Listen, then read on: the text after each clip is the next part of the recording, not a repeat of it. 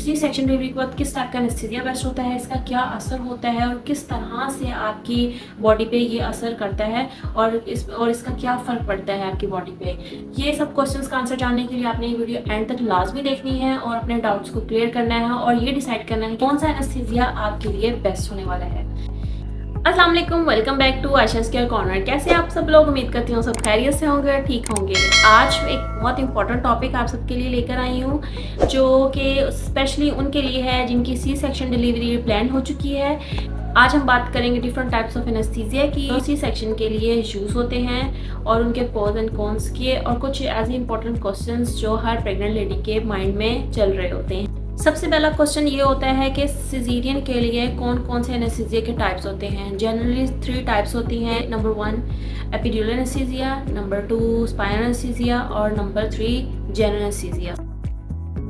सबसे पहले हम बात करते हैं एपिड्यूरल एनेस्थीसिया। एपिड्यूरल एनेस्थीसिया बहुत ज़्यादा सी सेक्शन में कॉमन मेथड यूज़ किया जाता है और ये बहुत ज़्यादा इफ़ेक्टिव भी होता है। इसमें लोअर बैक में एक थिन कैथेटर को इंसर्ट किया जाता है जिसमें कॉन्टीन्यूसली मेडिकेशंस को डिलीवर किया जाता है ताकि आपको पेन से रिलीफ दिया जा सके। अब हम बात करते हैं एपिड्यूरल एनेस्थीसिया के प्रोज की। प्रोज में सबसे नंबर 1 जो है, एपिड्यूरल एनेस्थीसिया में डोजेज को एडजस्ट किया जा सकता है ताकि आप कंफर्टेबल रहें। नंबर 2, आप होश में होती हैं जैसे ही आपका बेबी डिलीवर होता है, सबसे पहले आप उसको देख सकती हैं, क्योंकि हर माँ का ख्वाब होता है कि सबसे पहली झलक जो है हम अपने बेबी की खुद देखें। और नंबर 3, प्रोसीजर के बाद कैथेटर कुछ वक्त तक रह सकता है ताकि पोस्ट ऑपरेटिव पेन रिलीफ किया जा सके और आप ज़्यादा से ज़्यादा कंफर्टेबल रहें। अब हम एपिड्यूरल एनेस्थीसिया के कॉन्स की बात करते हैं। एपिड्यूरल एनेस्थीसिया को असर दिखाने में कुछ वक्त लगता है, यूजुअली 10 to 20 मिनट्स लग सकते हैं। नंबर 2, ब्लड प्रेशर ड्रॉप होने का चांसेस हो सकता है, आपको नोजिया हो सकता है और आपको डिजीनेस काफ़ी ज़्यादा फील हो सकती है। नंबर 3, आपकी लोअर बॉडी नम होने की वजह से आपकी मूवमेंट्स रिस्ट्रिक्ट हो जाती हैं। यहाँ पर हम बात करते हैं कि किस तरह से एपिड्यूरल एनेस्थीसिया को इंसर्ट किया जाता है। आपके डॉक्टर्स आपको कंफर्टेबल पोजीशन में बैठा देते हैं या लेटा देते हैं। आपकी लोअर बैक को अच्छी तरह से क्लीन करके नंबिंग एजेंट लगाते हैं, फिर एक थिन नीडल और कैथेटर को इंसर्ट किया जाता है। इससे आपको थोड़ा सा डिस्कम्फर्ट और आपको प्रेशर फील होता है, लेकिन ये कुछ वक्त के लिए होता है और उसके बाद ये बिल्कुल ठीक हो जाता है, ख़त्म हो जाता है। एपिड्यूरल एनेस्थीसिया को बहुत ज़्यादा सेफ और इफ़ेक्टिव माना जाता है, लेकिन जैसे हर मेडिकल प्रोसीजर के कुछ रिस्क होते हैं, इसी तरह एपिड्यूरल एनेस्थीसिया के भी माइनर से रिस्क होते हैं जो आपके डॉक्टर्स आपके साथ डिस्कस करेंगे।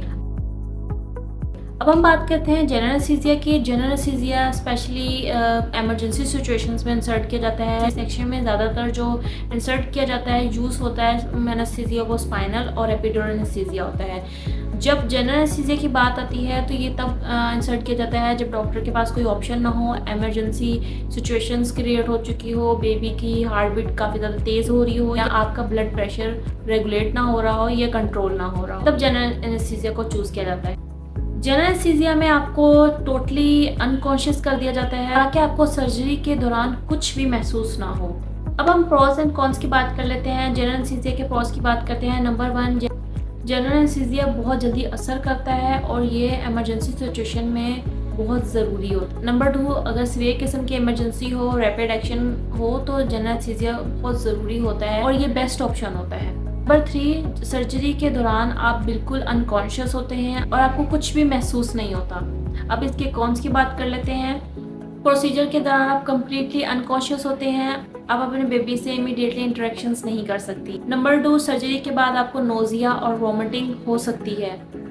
नंबर 3, रिकवरी टाइम थोड़ा ज़्यादा हो सकता है और आपको ग्रॉगीनेस और कन्फ्यूजन्स महसूस हो सकती हैं। अब जनरल एनेस्थीसिया को इंसर्ट कैसे किया जाता है, इसका क्या तरीका होता है। जनरल एनेस्थीसिया आपको एक मास्क या आईवी के ज़रिए दिया जाता है। ये बहुत जल्दी असर करता है, कुछ ही सेकंड में आप डीप स्लीप में चले जाते हैं। प्रोसीजर के दौरान आपके वाइटल साइंस को क्लोजली मॉनिटर किया जाता है ताकि आपकी सेफ्टी इंश्योर की जा सके। जनरल एनेस्थीसिया का यूजुअली पर्पस ये होता है कि आपको मैक्सिमम कंफर्ट सेफ्टी प्रोवाइड की जा सके ड्यूरिंग योर सी सेक्शन। इसके अलावा अगर आपको कोई स्पेसिफिक कंसर्न्स हैं, कोई क्वेश्चंस हैं तो आप अपने हेल्थ केयर प्रोवाइडर से ज़रूर डिस्कस करें। अब हम बात करते हैं मेथड 3 की, स्पाइनल एनेस्थीसिया। स्पाइनल एनेस्थीसिया भी सी सेक्शन के लिए बहुत कॉमन और इफेक्टिव मेथड है। ज़्यादातर सिजेरियन में स्पाइनल एनेस्थीसिया को यूज़ किया जाता है।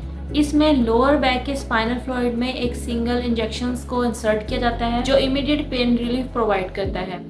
अब हम बात करते हैं स्पाइनल एनेस्थीसिया के पॉज की। नंबर 1, स्पाइनल एनेस्थीसिया बहुत जल्दी इफेक्ट करता है, usually with in a few minutes. Number 2, क्या आप जाग रही होती हैं जब आपका सिजेरियन हो रहा होता है, जैसे ही आपका बेबी डिलीवर होता है आप फ़ौरन से अपने बेबी को देख सकती हैं और उससे बात कर सकती हैं। नंबर 3, स्पाइनल एनेस्थीसिया में आपको टोटली होश होती है, बस आपका लोअर बॉडी पार्ट नम होता है जिसकी वजह से आपको कुछ महसूस नहीं हो रहा था, लेकिन आप अपने इन्वायरमेंट्स को देख सकती हैं। आप डॉक्टर से, स्टाफ से, किसी से भी इजीली बात कर सकती हैं और आपको कुछ भी प्रॉब्लम फील हो रही हो तो आप डिस्कस भी कर सकती हैं। अब हम इसके कॉन्स की बात करते हैं। स्पाइनल एनेस्थीसिया के कुछ वक्त बाद पेशेंट को हेडेक हो सकता है। Number 2, blood pressure temporary drop हो सकता है, इसकी वजह से डिजीनेस और वीकनेस काफ़ी ज़्यादा फील हो सकती है। अक्सर ऐसा भी होता है कि बॉडी शिवरिंग करना स्टार्ट कर देती है, लेकिन ये टेम्परेरी होता है। जैसे ही आपको मेडिकेशन स्टार्ट कर दी जाती है, ड्रिप्स लगा दी जाती हैं आपकी पेन को रिलीव करने के लिए, पेशेंट ग्रेजुअली बेहतर हो रहा होता है। नंबर 3 ये है कि स्पाइनल एनेस्थीसिया का जो असर है वो कुछ घंटों तक होता है, यूजुअली 1 to 2 आवर्स तक होता है। इसके बाद आपको पेन रिलीफ मेडिकेशन दी जाती है। अब हम बात करते हैं स्पाइनल एनेस्थीसिया को कैसे लगाया जाता है, कैसे इंसर्ट किया जाता है। स्पाइनल एनेस्थीसिया लगाते वक्त आपके डॉक्टर्स हैं आपको एक कंफर्टेबल पोजीशन में बिठा देते हैं या लेटा देते हैं। डॉक्टर आपके लोअर बैक को अच्छी तरह से क्लीन करके नंबिंग एजेंट लगाते हैं, फिर एक थिन नीडल के जरिए आपके स्पाइनल फ्लूइड में मेडिकेशन को इंजेक्ट किया जाता है।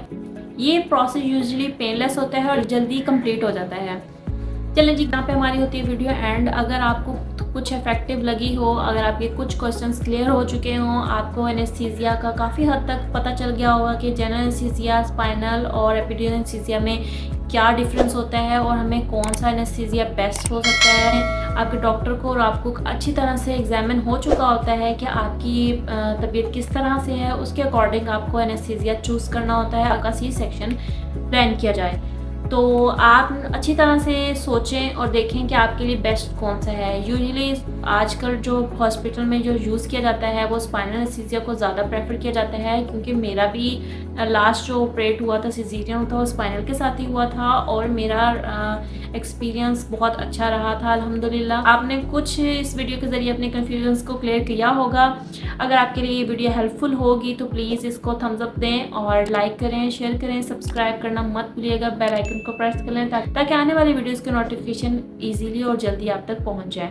मिलते हैं नेक्स्ट वीडियो में एक अच्छे से टॉपिक के साथ। अल्लाह हाफिज़।